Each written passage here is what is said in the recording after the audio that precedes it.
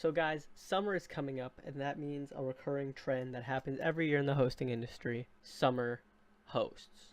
If you guys are unaware what summer hosts are brands that open up during the summer. They usually rent hardware from a cheaper provider, and they sell servers or sell web hosting or VPS at super low prices in order to attract a ton of clients.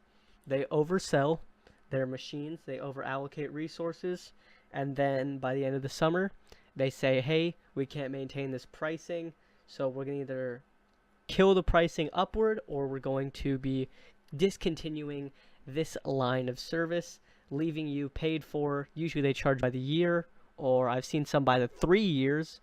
They say, hey, you've already paid for a year, you guys got 3 months, good enough, we'll see you guys later, and the host ends up dissolving, never to be heard from again. And the owner will then do that next year in the summer under a new brand and a new identity. Don't get me wrong, there are also winter hosts and spring hosts. It is insert season host. It happens when people decide they need to make a quick buck in the hosting market.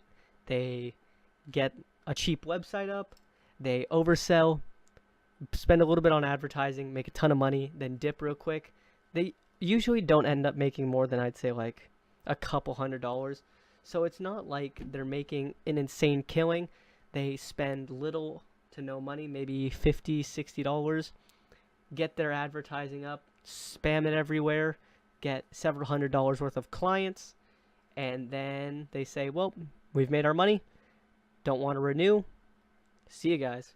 And so things like this happen, and there are usually ways to tell. There's certain places they advertise during times, and they don't show their specifications. And so here's some things I want to go over on how you can tell, or how you can try to distinguish a quality host from a summer host.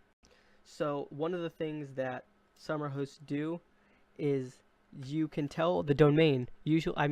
This is very hard to differentiate a new host with good intentions and a summer host, because usually the summer hosts will buy a domain. A week or two later, they'll have a website up and they'll start advertising, and they know what they're doing, so they can get everything up and off the ground within a relatively quick amount of time, and they can start scamming people. However, new brands that are working their way, they get the website up, they get their domain, and they start chugging along. They're actually trying to make a respectable website and brand out of themselves. They look like summer hosts in the beginning because they're new. Sometimes they want to go, hey, let's really get some market attention, we'll go really low pricing. And low pricing, or pricing that seems unsustainable for a long period of time, is a good way to tell. I would also look at the fact that they never specify their equipment. If you have a host that is unreluctant to specify their equipment, or unreluctant to say that they rent from another company, that they don't own their hardware, that could be a sign that they didn't put a lot of thought into it, or they don't have a ton of money to put into it, and that it is not something that they can sustain. However, sometimes companies start with, they get a reseller package from a legitimate website, like a legitimate hosting company. They resell it until they can buy their own machines, and they set their own operations up, so the operating costs are high one time, then every month much lower. And so it's really hard to differentiate a summer host.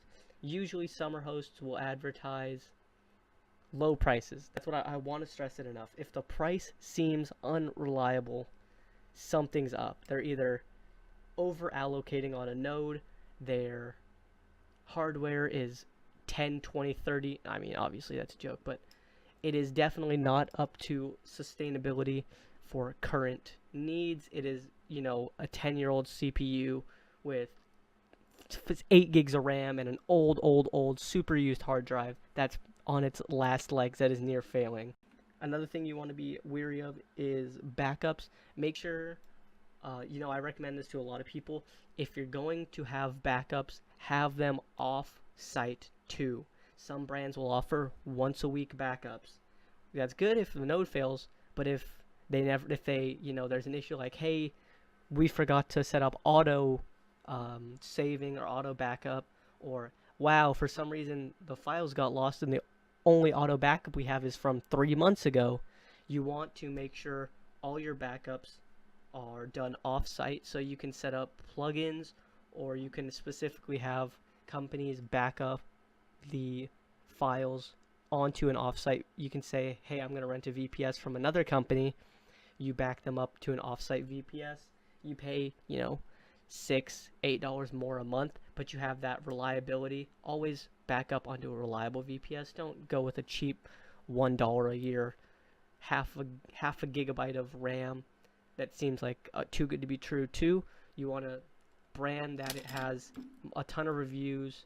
Obviously, you can fake reviews, so you use places like Web Hosting Talk and Loma Talk to really check out a company before. I wouldn't trust Google reviews or Trustpilot too much, as there are brands that like to, hey, we'll give you a 10, 20, 30% off coupon for this month if you upload a positive review, or hey, we'll give you a free month of hosting if you upload a positive review, and they boost all their reviews by having fake reviews or something that seems too good to be true.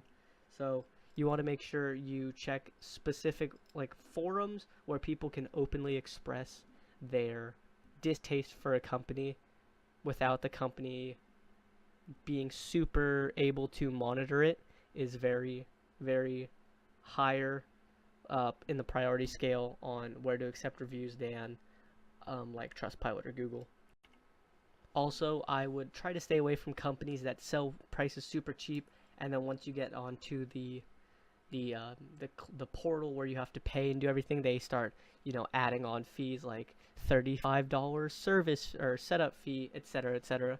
You want to use something that doesn't have like maintenance fees or setup fees or just fluff added on. You can always, more likely than not, pick a brand that has a little higher cost monthly but no setup cost, something that seems reasonable around market price, than something that's super cheap that you have to switch every 3 months, because that will never be any fun and files will get lost, trust me.